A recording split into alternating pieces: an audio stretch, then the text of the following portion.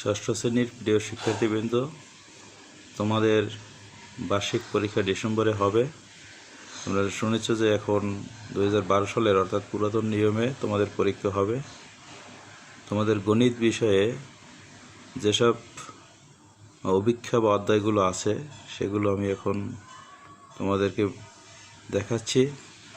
তোমাদের গণিত বইয়ের সূচিপত্র অংশে যাও,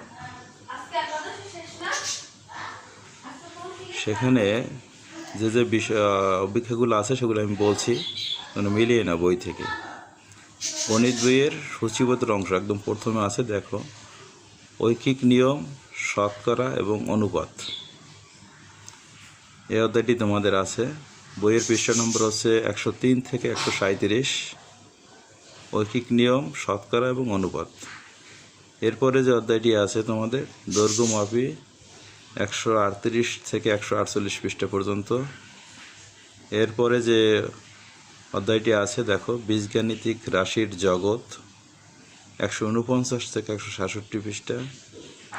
এরপরে আছে সরল সমীকরণ, 168 থেকে 175 পৃষ্ঠা।